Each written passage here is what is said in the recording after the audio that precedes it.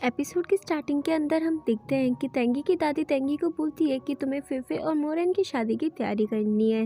वहीं फेफे भी यंडन के साथ मिलकर कुछ प्लान बनाती है ताकि वो शादी तुड़वा सके, क्योंकि कुछ भी हो जाए फेफे उस तरह की शादी के खिलाफ होती है जिस शादी के बीच में प्यार ही ना हो। तभी तेंगी को पता चलता है कि यूशेंग और फेंगली वापस से महल लौट आए हैं।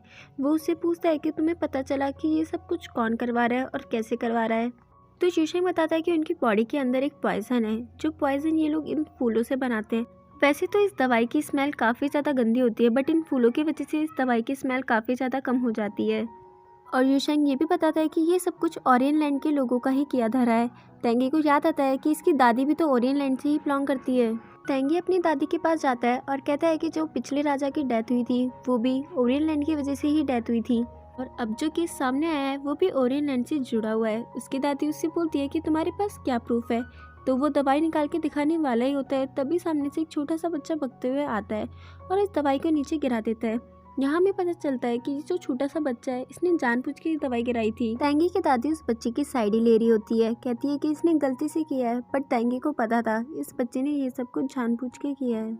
वही फेंगली आउट ऑफ कंट्रोल हुए जा रहा था, तो डॉक्टर बोलता है कि इसके अंदर जो पॉइजन है वो बिल्कुल फेफे के पॉइजन से मैच करता है, इसमें मैं कुछ भी नहीं कर सकता हूँ, और वो वहाँ से चले जाता है। तभी वहाँ पे फेफे काफ़ी स्टाइल से आती है और फेंगली को देख के कहती है कि अपनी तबीयत का ध्यान ना रखने की वजह से इसकी स्किन देखो कितनी ज़्यादा मुरझा गई है, इसका उपाय है मेरे पास। और वही अपना पुराना फेवरेट मास्क निकालती है।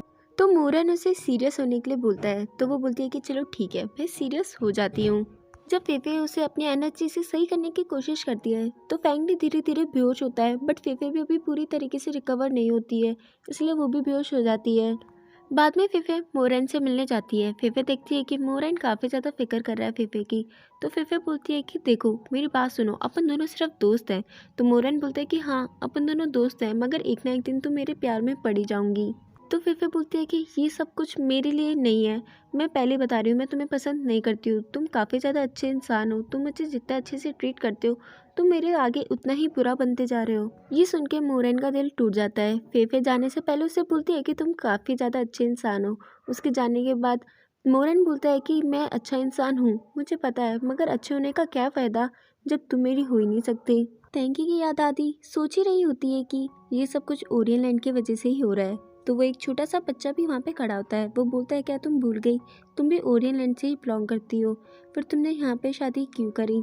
क्या तुम्हें पता है 10 साल पहले अपनी टीम हार गई थी और मैं नहीं चाहता कि हमारी टीम वापस से हारे।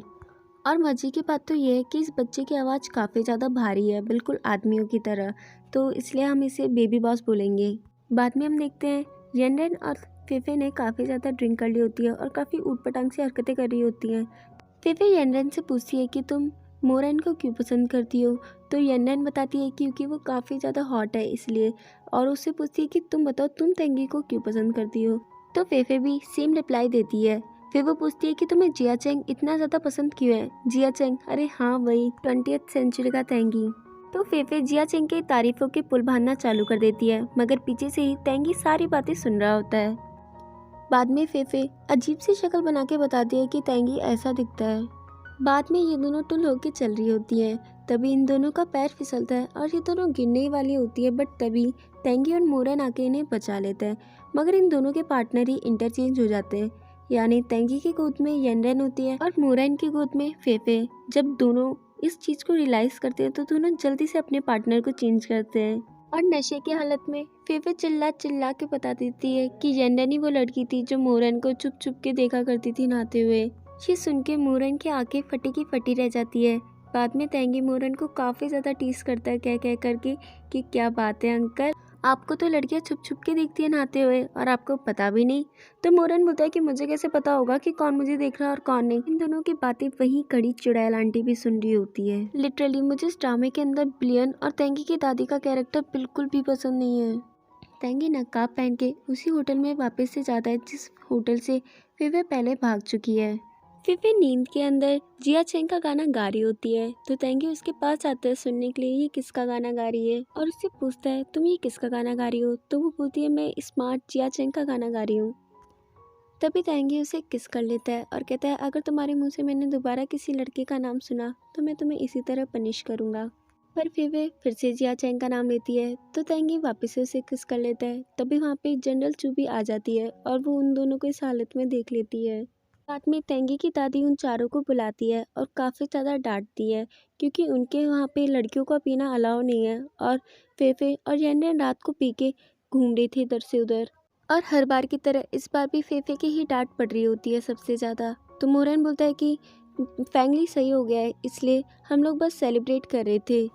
बाद में वो सभी लोग उनसे माफ़ी मांगते हैं। यन्नन भी बोलती है कि ये सब कुछ मेरी वजह से हुआ है, फेफे तो मना करी थी बट इसने मेरे कहने पे ही पी है। पर तेंगी की दादी तो फिर से सुनाना चालू कर देती है। तो फेफे बोलती है कि बस अब आप डांटना बंद करो, आप क्या चाहती हो, यही ना कि मैं जेल के अंदर चले जाऊँ? तो ठीक है, मैं जेल के अंदर चले जाऊँगी। पर तेंगी की दादी इसके लिए साफ इनकार कर देती है। कहती है कि नहीं, मैं तुम्हें जेल के अंदर नहीं डालना चाहती हूँ क्योंकि वहाँ पे तुम्हारे काफ़ी सारे दोस्त बन चुके हैं और तुम वहाँ पे काफ़ी ज़्यादा मज़े करती हो, इसलिए मैं तुम्हें और येनरेन को बिलियन के हवाले कर रही हूँ। अब से तुम बिलियन के कहने पर ही सारा काम करूँगी। और बिलियन इन दोनों की वाट लगानी चालू कर देती है। वो येनरेन को बर्तन धोने के लिए देती है तो फेफे उसका काफ़ी ज़्यादा मजाक उड़ाती है। तो बिलियन फेफे को उससे भी बड़ा बर्तन धोने के लिए देती है और काम करते करते तो इन दोनों की कमर ही टूट जाती है। बाद में येनरेन फेफे से नाराज़ होती है इस बात पर क्योंकि कल रात को फेफे ने मोरन को सारी बात बता दी थी। ये सुन के फेफे काफ़ी ज़्यादा हंसती है और उसे बोलती है कि सारी गलती तो तेरी है, तूने अभी तक मोरन को बताया क्यों नहीं कि तू उसे प्यार करती है। पता है, जब अपन किसी को प्यार करते हैं ना तो उसे हैंड टू हैंड बोल देना चाहिए, ना कि इतना सोचना चाहिए। जो होगा वो देखा जाएगा। फिर हम देखते हैं फेंगली और यूशेंग को। यूशेंग फेंगली को खाना खिलाने की कोशिश करता है मगर फेंगली की स्पीड इतनी ज़्यादा धीरे हो चुकी होती है कि वो खाना भी नहीं खा पाता जल्दी से। बाद में येनरेन और फिफे बिलियन की काफ़ी ज़्यादा बुराई कर रहे होते हैं। तभी वहाँ पे तेंगी आता है। तेंगी को वहाँ पे आता हुआ देख फिफे येनरेन को इशारे से समझाने की कोशिश करती है कि प्लीज़ कमरे से बाहर जा, तेंगी आया है। बट स्टार्टिंग में तो येनरेन समझती नहीं है और जब वो काफ़ी अच्छे से इशारा करके समझाती है तो उसे समझ में आता है कि उसे कमरे से बाहर भी निकलना है। बाद में वो तेंगी को हक करती है और उसे बताती है कि बिलियन ने उससे कितना सारा काम करवाया और देखो उसके हाथ भी कितने ज़्यादा रफ हो चुके हैं।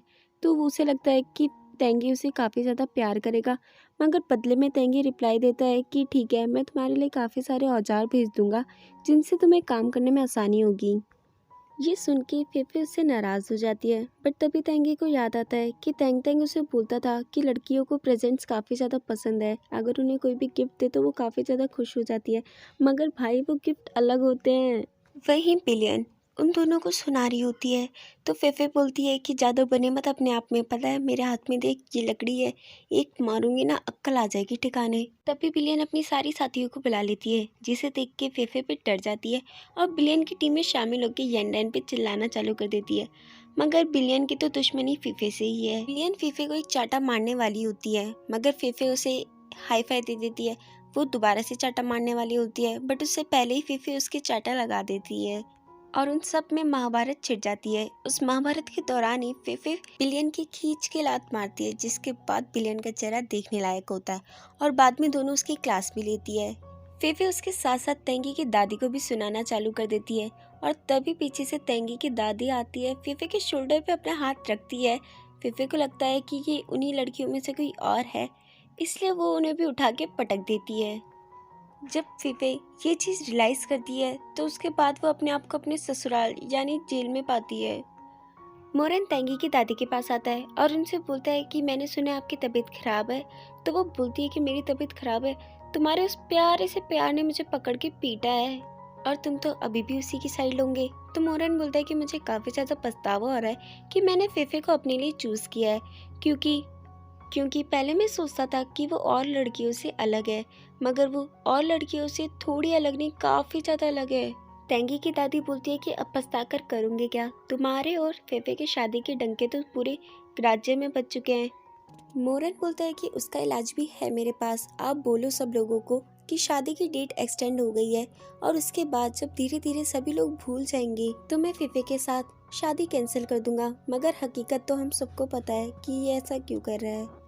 वहीं जियापिंग ने भी तेंग तेंग को छोड़ दिया होता है अपने राज्य जाने के लिए। बाद में ये सब लोग मीटिंग करते हैं जहाँ जनरल चू बताती है कि इनके राज्य में काफ़ी बड़े बड़े कीड़े आ चुके हैं जिसकी वजह से काफ़ी सारे लोग डर के अपने घर के अंदर ही छुप गए हैं और वो कीड़े कहाँ से आए हैं ये अभी तक किसी को भी नहीं पता चला है। तो तेंगी बोलता है कि अब ये आप लोगों की जिम्मेदारी है कि जितने भी लोग हमारे राज्य में रहते हैं उन सबको आप लोग प्रोटेक्ट करो। और वो खुद भी राजा होने के नाते बाहर जाके उन कीड़ों को देखता है। फिर हम देखते हैं यनरन जेल में आती है फिफे से मिलने। फिफे को लगता है कि यनरन उससे मिलने नहीं आएगी, पर तभी पीछे से तेंगी की दादी आती है और वो यनरन और फिफे को वहीं पे बंद करके चले जाती है। यानी पहले तो सिर्फ फिफे अकेले जेल में रह रही थी, अब यनरन को भी इसके साथ ही रहना पड़ेगा। दोस्ती में हमेशा ऐसा ही होता है, इनफैक्ट दोस्ती में नहीं भाई बहनों में भी ऐसा ही होता है, एक की वजह से सबकी डांट पड़ती है।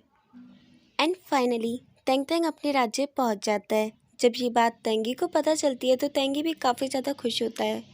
फिर हम देखते हैं फिफे और यनरन आराम से जेल में बैठ के गेम खेल रहे होते हैं।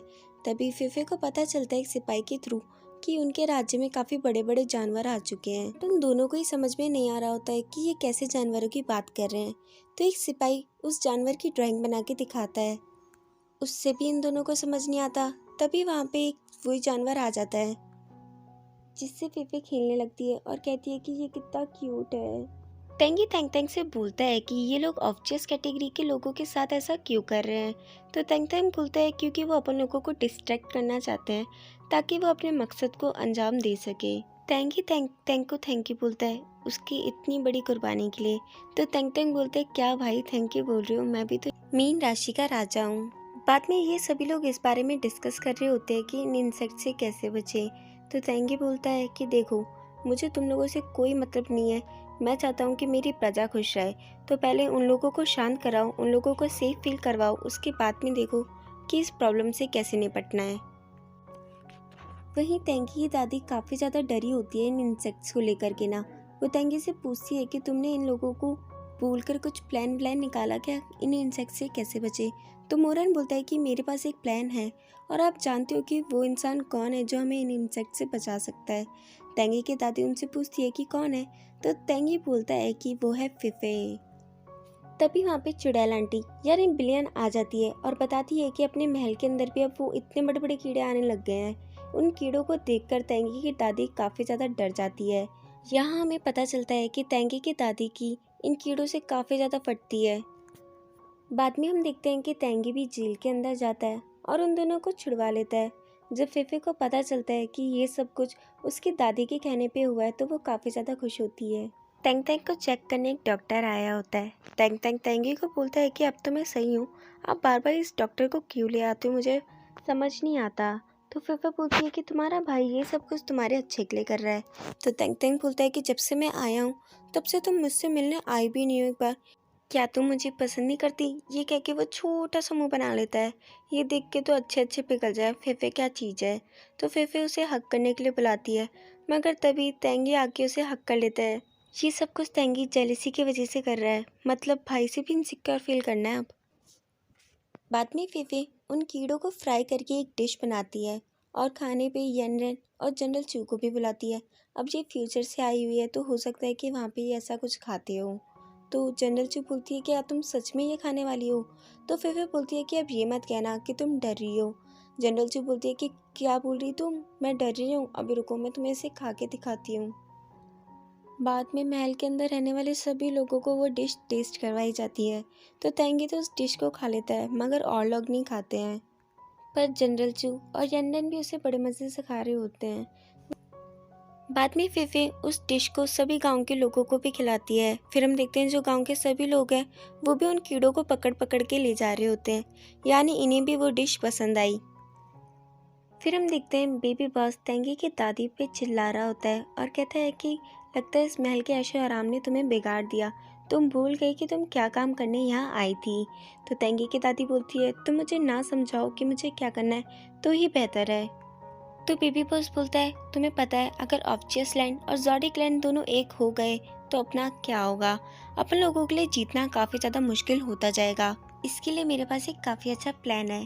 मैं पहले फिफे को मार दूंगा जिससे तेंगी का दिल टूट जाएगा और सबको लगेगा कि तेंगी डिप्रेस्ड हो चुका है। उसके बाद में तेंगी को भी मार दूंगा। तेंगी की दादी बोलती है कि मैं ऐसा नहीं होने दूंगी क्योंकि तेंगी मेरा सगा पोता है। तभी वहाँ पे बिलियन आती है और कहती है कि तेंगे आपसे मिलना चाहते हैं। बट अब हम व्यूअर्स कंफ्यूज हो जाते हैं कि बिलियन ने इन दोनों की बातें सुनी है या नहीं। वैसे बिलियन काफ़ी ज़्यादा शानी है इस ड्रामे के अंदर, तो कहीं ना कहीं प्रोबेबिलिटी है कि इसने सुना होगा। तेंगी की दादी मना कर देती है कि उसे तेंगी से नहीं मिलना है, पर तभी बीबी बॉस तेंगी की दादी की आवाज़ में बोलता है कि नहीं, मुझे तेंगी और फेफे से मिलना है। अब नेक्स्ट एपिसोड में हमें पता चलेगा कि तेंगी की दादी फेफे और तेंगी से मिलके क्या नया बखेड़ा खड़ा करती है। तब तक के लिए बाय बाय।